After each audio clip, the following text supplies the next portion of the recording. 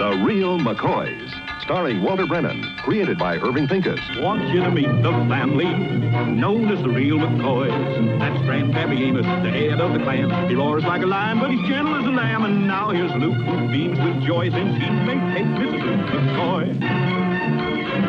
From West Virginia they came to stay in sunny California. Old Grandpappy Amos and the girls and the boys of the family known as the Real McCoys.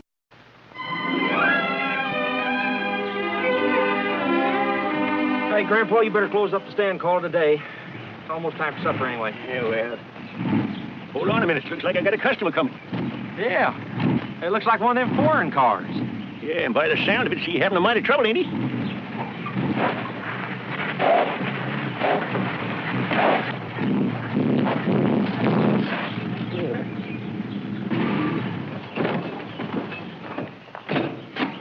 Howdy. Hello.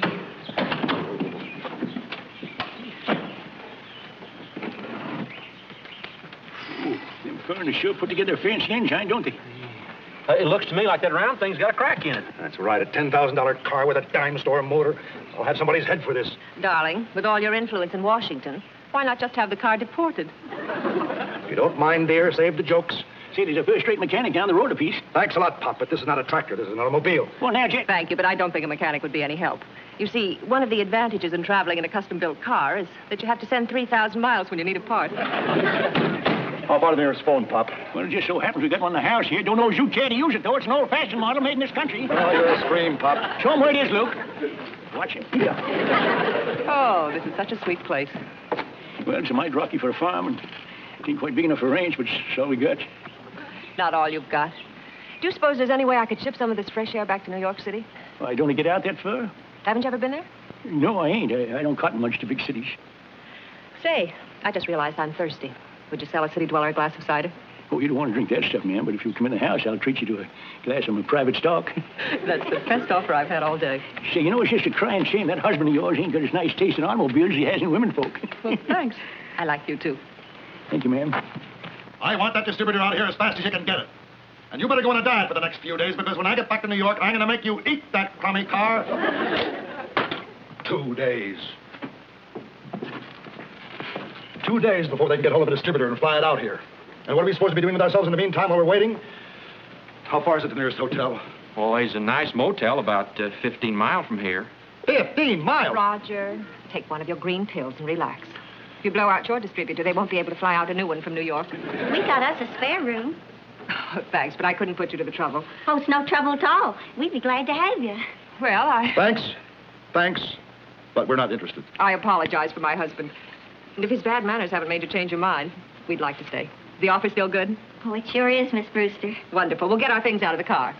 I'll get that spare room ready right now. Supper's ready. Oh, good. Mr. and Mrs. Brewster, this is my sister Hassie, and that's my brother Little Luke. Well, how do you do? Why don't you let your things go till later and sit down and have a bite of supper with us? Well, we'd love to. Where can we wash up? Right this way. Cynthia. You know I can't eat just anything. My stomach. It's killing me right now. Roger, dear. Perhaps if you'd give your tongue a rest, your stomach would quiet down, too. Go ahead and dig in, Mr. Brewster. I don't think I'm hungry. Nonsense, Roger. Of course you are. If you don't mind, darling, my stomach and I are perfectly capable of deciding when we're hungry and when we're not. Maybe if Mr. Brewster ate some of this simple food, his stomach might think he went and lost his money. Excuse me. I think I'll go to bed.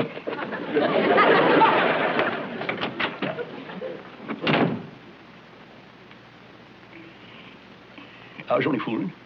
I didn't mean to upset him. It's not your fault, Mr. McCoy. My husband's disposition has been 20 years in the making. Well, what seems to be his trouble, if you don't mind my asking?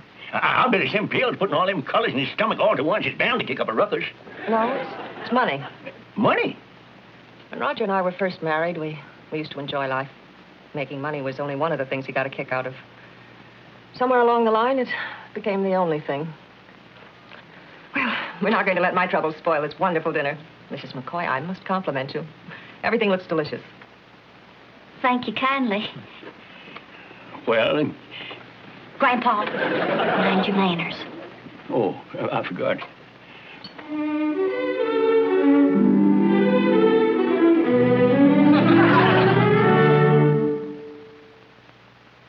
$50,000, you could turn this place into a motel. Double your investment in no time. There's no competition for 15 miles. I'm going to speak to the McCoys about buying it. Wouldn't surprise me if they laughed at the idea. Nobody laughs at money, including the McCoys. The McCoys might laugh at it, because they have something much more valuable. I thought you were too smart to be taken in by a bunch of phonies. The McCoys? Certainly. You drop a $50 bill among them and they'll kill each other for it. I'll prove it to you. You think they won't sell out? Huh? All right. You just watch.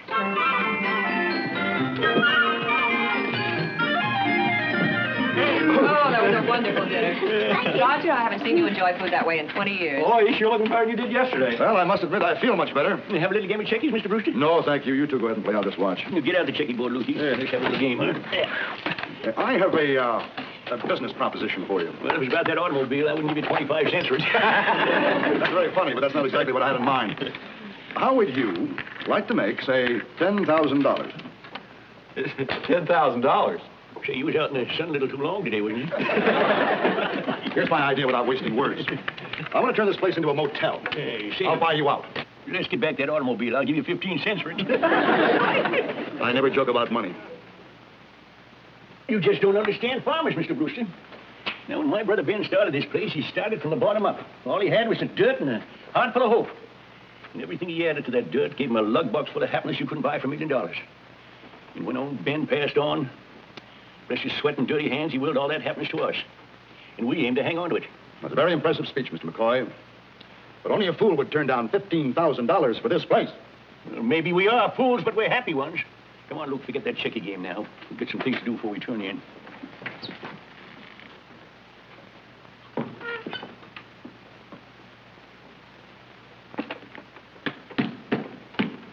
What's so funny? That look on your face. You look like a mole who's getting his first glimpse of sunlight after 20 years under the ground. Well, they just don't know, that's all. They're ignorant, but I'm not licked yet, not by a long shot. Oh, yes, you are. Why don't you just give up? Oh, Cynthia, dear, I didn't get where I am today by giving up. Those precious McCoys of yours don't have any respect for money because they never had any. They don't believe me because they don't like me.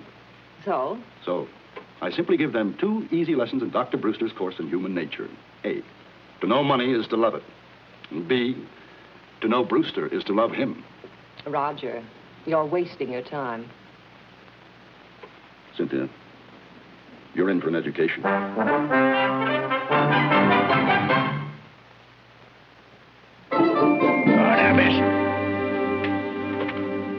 Good morning. Think you can do it? I think so. And I bet you don't get a thing before. Well, let's see now.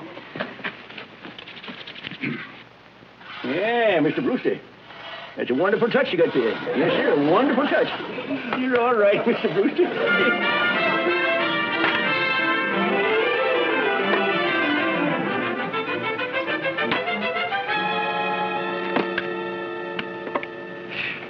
Take it easy, Luke. The way you're swinging that axe should be worn out before noon. Look here, Brewster. Don't be telling me how to swing one of these things. Been chopping wood since I was 5. Yeah, and I got the split toes to prove it, too. I'm trying to make things easier for you. Wait a minute. Let me show you. Well, now, wait a minute here, Brewster. No, you ain't going to be lifting the lid on one of them pillboxes, you know. One false swing, and your wife's going to be a whole head taller than you.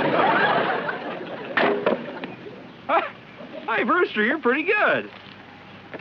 Luke, why don't you go in the house and take a bite of that apple pie that Kate just made? That girl sure can bake. Oh, well, thanks, but no, I better... Go ahead. I'll take care of this. Doggone it, Brewster. You're all right. Hey,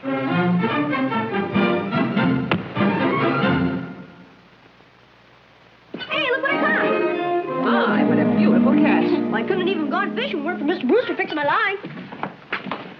You all done with your chores thoroughly? Oh, sure. With Roger helping us, there's no trouble at all. He sure knows farming. Yeah, we sure done us a lick of work. Say, that husband of yours, why, he's like one of them human dynamites. To know Brewster is to love him.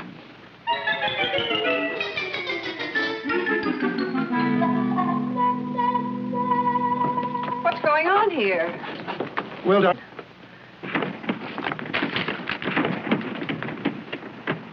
Gentlemen, for you.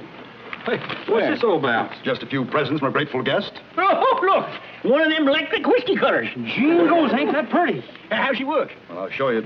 Where's the wall plug? Oh, yeah, there's one behind the desk there. Yeah, Grandpa, sure. Well, here's what you do. You take this cap off here, undo your cord, and you plug in this end this side of the shaver.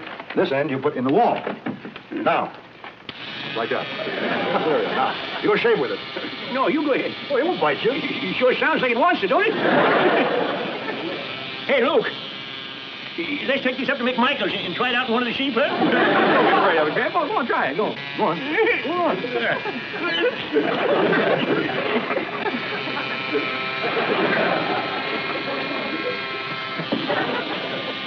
Great balls of fire. You say that's as smooth as an apple. That's the greatest invention since mail-order teeth. I don't know how I'm going to thank you, Rog. No.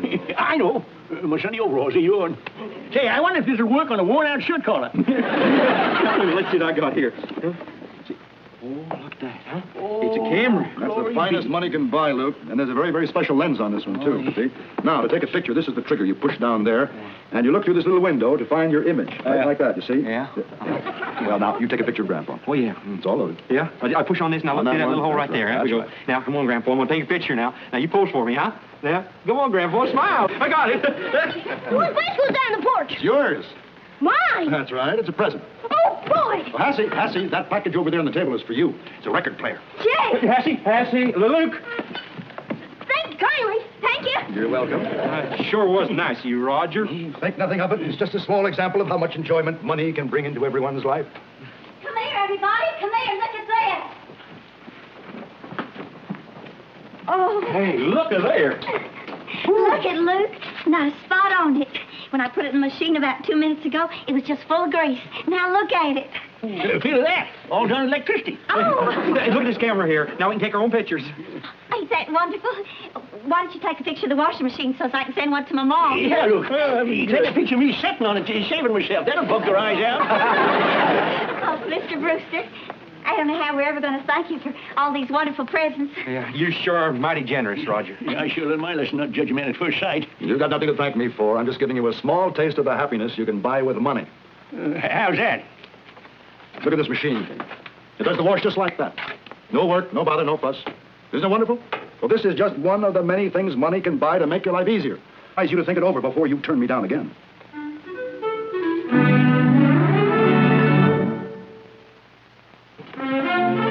Well, shall we talk about the sale? Nope. We still ain't interested in selling. Not for a long time, if ever. Are you kidding? There's a lot of truth in all you said, Mr. Brewster. Washing machine and all them luxuries is fine. I want you to know that meeting you is, well, it's been the most wonderful thing that ever happened to me. And I'll never forget you. Mr. Brewster, that was for you. The part for your car will be here this afternoon. Well, I guess we better pack. Be rightly obliged to you, ma'am, if you'd take along them presents with you. Oh, I wish you'd keep them. Well, I tell you get fancy things like them, we like to feel that we earned them. I'll go get the things out of the washing machine. Yeah, I'll bring the other things. You know, you sure fooled me. Working with us hand in hand around the place like you done, why, I'd have bet next year's alfalfa crop again a jumping frog with a busted hind leg that you was really enjoying yourself. You sure fooled me.